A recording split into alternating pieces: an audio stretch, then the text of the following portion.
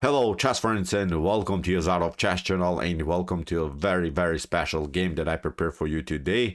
We have here Magnus Carlsen against Li Chao back from 2015 in an amazing Goglidze Attack of the Neo-Grünfeld Defense, and this game is I think the peak version of Magnus Carlsen. I think back in 2014 maybe till 2016 Magnus Carlsen was really unstoppable. He played really great theoretical chess, really, but also aggressive chess. And this game is very special because it has, I think, everything. First of all, we see the great positional Magnus, great opening theory, where he first of all improves all of his pieces on the board, and then he strikes with a really incredible attack.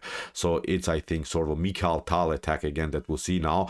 And I really tried to search for more and more Magnus Carlsen games in which he plays more aggressively, and I think this is a perfect game where he didn't allow his opponent Li Chao here to breathe. So let's see now what happened with the white pieces. Magnus opened with the move d4. Li Chao's response was knight to f6 c4, g6, preparing maybe the Grünfeld defense, and Magnus plays now here the anti-Grünfeld system. The Alekhine variation is preparing, of course, the move e4. We have now the move d5, c takes d5. Now we have the Goglidze attack, and now after move e4, here we have knight to b6, and the issue for black is a little bit that black deviates from the standard ideas of the Grünfeld defense. Usually in the Grünfeld, the knight is already on c3, and then when you play here something like e4, the knight takes c3 will happen, and then after bishop to g7 and c5, black is trying to do some madness here on the queen. So now when the knight is on b6, it cannot be traded, of course, here against the knight on c3. So now finally Magnus developed the knight. We have bishop to g7, bishop to e3, castling, and now queen to d2, preparing this common attacking idea against the Nh3 to somehow trade off the dark square bishops, to launch a flank attack with h4, h5. Then if the position clears, maybe on the h file, maybe build a rook and queen battery on the h file and deliver maybe even checkmate if it's possible. The issue again for black is here that the knight is, of course, a key defender of the h file, so that's why it's now deflected from the defense. So it makes, of course, the h4, h5 attack much easier now for white. We have now knight to c6. Here Li Chao hits now the pawn in the center of the board, and Magnus protected by playing queenside castling. And now comes, I think, the first tiny little critical moment of the game.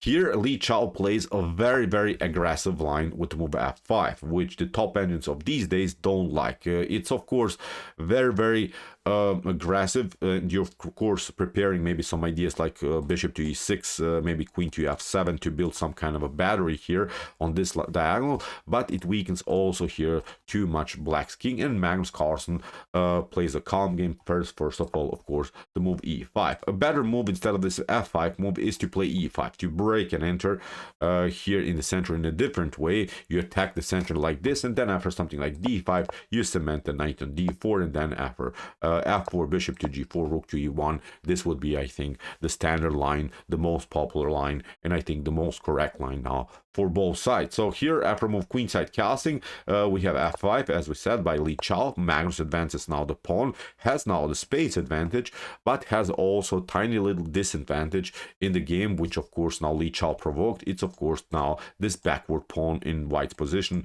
Here is the problem, and black has a great control of the d5 square, so you will probably not advance this pawn. So that's why a tiny little, as I said, weakness here in white's camp. Magnus continues now, Li Chao continues now with the move knight to b4. We have now knight to h3 by Magnus, and now again there are several choices. Here in the game, queen to e8 has been played by Li Chao with the preparation to hit somehow this diagonal. You could maybe try knight to d5. It seems tempting because you want to control further the d5 score, but actually it's not bringing you so much. Even if you trade off here the bishop for knight, you would love to, of course, maybe go for the bishop, because as we mentioned in the beginning, your main goal was to somehow trade off the dark square bishops. Still, it's not working for you. Even if you compete further for the d5 score, then bishop to d3, bishop to e6. Look at this knight is coming into the game on a beautiful score, and now after bishop to h6, you just simply hit here the flanks, and I think in one moment the position will explode. And when we watch now this position, both kings are on opposite sides, and we always evaluate these types of positions, who is faster on the attack. And I think although white doesn't have any more the bishop here on the board, still white's attack is much more progressive. Maybe we can also open the files, the diagonals, with the move g4, so you can just sacrifice something here just in order to open maybe the g and h file. So I think also this line is not so good here for Li Chao. So that's why he tried a different idea. Queen to e8. We have now king to b1, and that's what I liked about this game here by Magnus. First, he's improving all of his pieces. He's first of all improving the king. He's not rushing with his attack. He knows that the knight to f4 or maybe knight to g5, h4, h5 attack will come, but he has to first of all also secure his place here with the king. So great first of all strategies here by Magnus. And Li Chao immediately attacks the flanks now with the move a5, bishop to e2. Again, you see Magnus is playing first of all instructive chess. First of all, bishop to e2. The rook connection is of course a very important stage of the opening. Now again a thematic move here by Magnus. We have now the move c6, and again Magnus improves now the position of the rook. So he's playing now first of all the most solid move. So first of all we see now the Karpov Carlsen here, but now afterwards we'll see also the Mikhail Tal Carlsen in this game. After rook to c1, what should you do now here from black's perspective? If you go again with this idea to fix your position around the square d5, you didn't make any progress here, then knight to d5 can happen. You can take bishop to c4, for instance, can be played in one line. I just analyzed a little bit deeper. Of course, white and black don't have to play the game like this, but I wanted to show in some lines that again white's attack should be much faster. Look at this, you just continue the attacking flow. Maybe you can play b5, but even in some lines you can even I don't know, sacrifice something, because even if this happens, look at this, knight to e6, you can just sacrifice the exchange. Maybe in some lines a line like this can happen, knight to c7. I just wanted to demonstrate you that white's attack is much easier to perform than black's, because if black goes in now into this positional lines with fixing the position in the center with the move knight to d5, you don't make further progress. So that's why here Li Chao had to be active.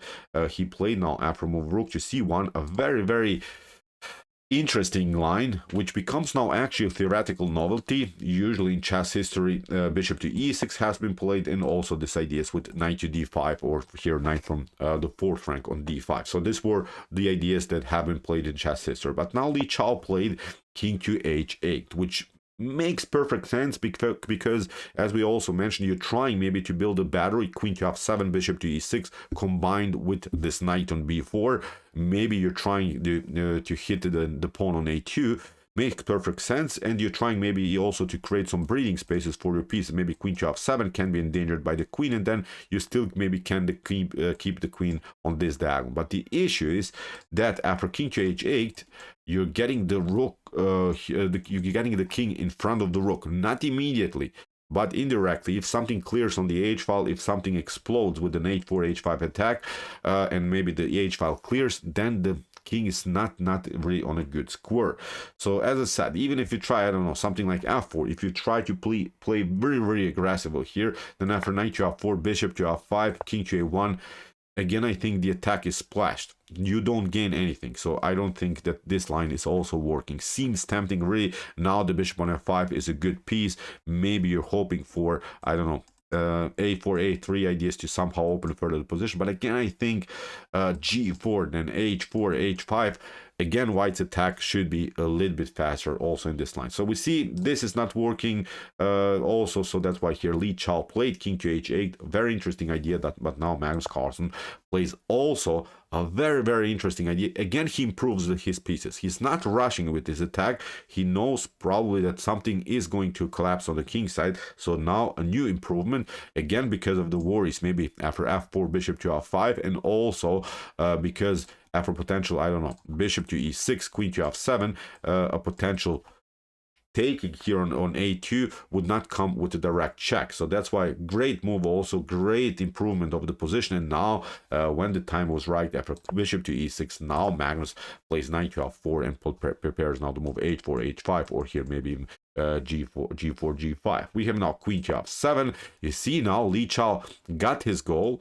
He is now attacking now this pawn three times with the bishop, with the queen, and also with the knight. But now Magnus starts ready to play like Mikhail here. First of all, h4, and here Magnus is saying, show me what you got. Take the pawn, I don't care, I'm much faster again in my attacking ideas here on this side of the board. And the best choice here for Li Chao was to probably play rook to d8, then after knight to h3, maybe again to threaten knight to g5, then knight to c4, takes, b3, the engine suggests, and then you can gonna go with knight to g5. White is slightly better in this scenario, but at least you're battling here. And now it's a different story after potential b3 move. Maybe now we could sacrifice something or make even further progress with move a4. I think this attack is much more dangerous now by black, but instead of this movement rook from f to d8, Li Chao played now bishop to a2.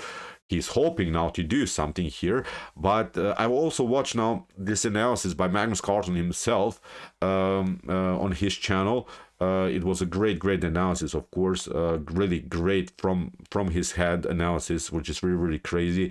Magnus Carlsen mentioned that he was not worried here in this particular position that a move like a4, a3 could happen.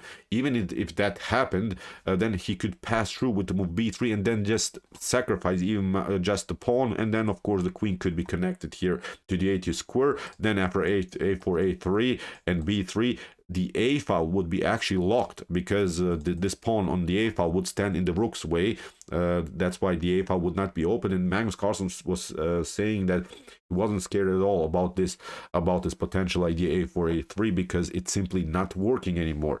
You see, the knight on b6 is also standing here in front of this pawn, so black cannot let this pawn roll in a different way. White's pawns are much more active here, and after bishop to a2 here, Magnus plays a beautiful counterattack with the move h5. And you see now the issue is that you cannot do anything anymore so much here, because if you try here g5, then the issue is knight to g6 is going to happen. Very amazing stuff. Then if you takes, and then the queen is lost. Or maybe if you try here here if you try to after move g5, you can also try here moves like h6 is also perfectly fine. Then after something like, I don't know, bishop to e5, then we pick up here the piece, and even if you pick up maybe here the knight on f4, then bishop to b6 wins another piece, and again it's game over here for black. So you see, after move h5, you don't have so many chances. So even if you try here king to g8 like Li Chao did, now Magnus Carlsen played h takes g6, great move, h takes g6, and now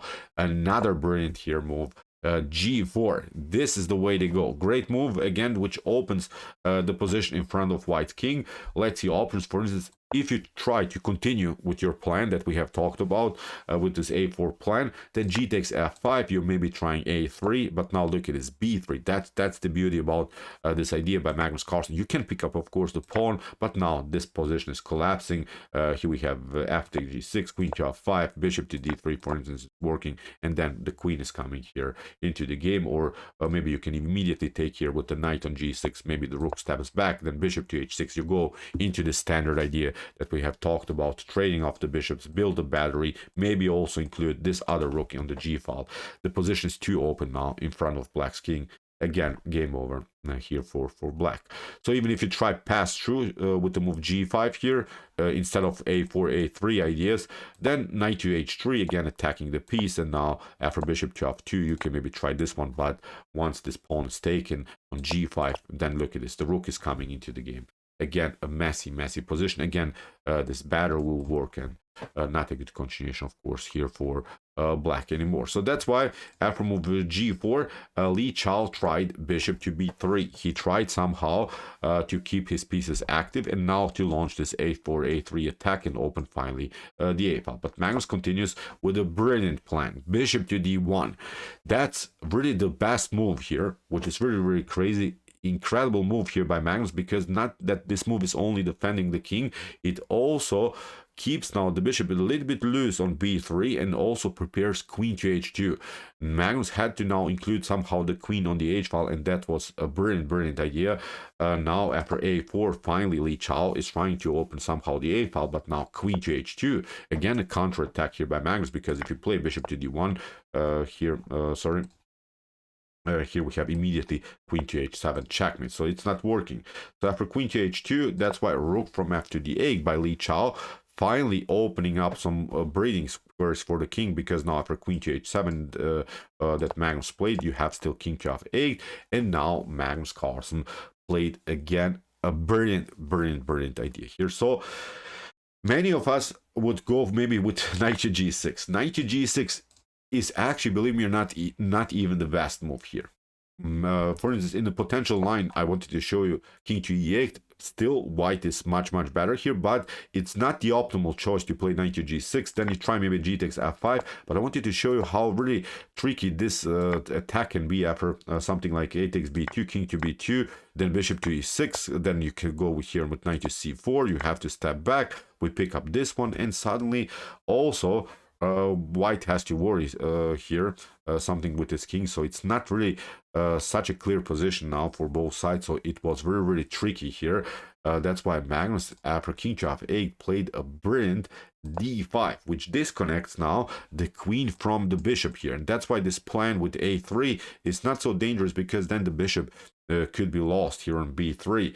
Now what should you do? If you try here knight to d5, if you try to take the pawn, then here e6, that's the issue. You have to step back, and then knight to g6, king to e8, we deliver a check. Here you cover, then this rook is coming into the game, and the position could collapse. Or you can even try here in some lines g5, which is also crazy, then knight to g6, and again the game is over. Or maybe queen to e5, if you take, then again knight to g6 is obviously winning the game here for white. So even knight to d5 is not here the optimal choice here for the lead. Chao could have prolonged the game, but this whole e6 goal is simply too much here to handle. That was the beauty about Magnus Carlsen's attacking idea. He disconnected now finally this bishop from the square e6.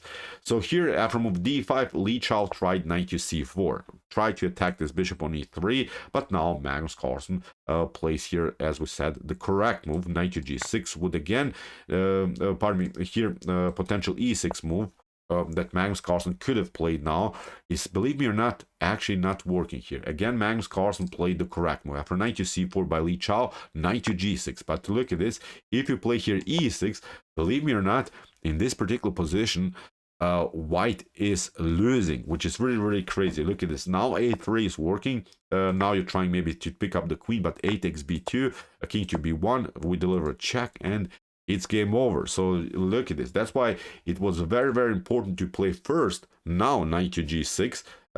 Magnus previously played d5 correctly. Now knight to g6. When the king came to an e8, e6 now is the correct choice, because of her a3. That's the beauty about this sequence. Now e takes f7 comes with a check, which comes with a new tempo against the king. The king had to drop back to d7, and now again a brilliant move, because a takes b2 is a huge threat here. We saw here with the checkmate on a2 or a1. It's possible here by black. So that's why Magnus had to play now the correct moves. Magnus had to play now checks in order to stay in the game. And of course, the first check that's possible is the move knight to e5. After bishop to e5, queen to f5. So with this move knight to e5, Magnus liberated now the diagonal for the queen. We have now bishop to e5, queen to f5, queen to c7, and now again a brilliant move here by Magnus. Queen takes e5. He has to now give back material just in order to stay in the game. Queen to e5 comes again with a check. Again, something like king to b1 in this position is not working. Let's demonstrate here. You're trying maybe to pick up it now, but now after a couple more moves, the position could be very dangerous. Knight to d3, and for instance, black is coming out of this mess. Black can actually, believe me or not, even survive this attack. The position is about equal. White is down the exchange, has of course some extra pawns, but now this pawn could be taken, and this is not a winning position anymore here for white. So that's why here after king to c7, Magnus played the correct move. Queen to e5 deflects now the knight from the attack of the b2 square, and now Magnus has extra time to pick up the loose bishop that we have talked about. That was the beauty about the move bishop to d1. You remember a couple moves ago, bishop to d1, that Magnus Carlsen played, liberated then the second rank, which created then this H-file battery of the rook and the queen, and now the position is not so dangerous. Whatever you do, even if you try, I don't know, knight to d3 here to bring your knight again in order to attack the pawn on b2, actually it's not working because of knight to b5. Look how brilliantly here Magnus Carlsen calculated this position. If you step back, then finally knight to a3, and you have finally solved all of the tactical problems here on the A file. Really, really amazing tactical sequence. So after bishop to b3, that's why Chao tried. A takes b2, we have king takes b2, knight to d3 now. It's of course perfectly fine, but now after knight to c1, rook to c1, here Magnus Carlsen got out of this mess. Black has, of course, a rook for 2 minor pieces, but it's simply not working because of this extra pawns. Here we have king to c8 by Chao, and now Magnus Carlsen took b takes c6. We have now the move f4, and in this particular position, Chao resigned. So what's also the issue? You could maybe take this one, but then bishop to e6 is of course winning the piece, and this pawn is rolling with so much material with this extra pawn on the f file. It's obviously the completely winning position here for Magnus Carlsen. So incredible game, incredible stuff by Magnus Carlsen here. He produced so many great attacking ideas. He was first of all playing in his great positional style that we know that he's favored of. He's playing really, first of all, solid chess, solid openings, but when the possibility is there, you see that Magnus Carlsen can play like the legendary Mikhail Tal. So okay, I hope that you enjoyed this game. I really enjoyed it a lot. Interesting ideas here by Magnus Carlsen produced in the Goglidze Attack of the Neo-Grünfeld Defense. If you want to see some other games by Magnus Carlsen in such a sharp way, check out the game that we have also analyzed a couple of days ago. And if you like this content, hit the subscribe button. See you soon with some more videos. And what do we say in the end? Chess is the best, of course.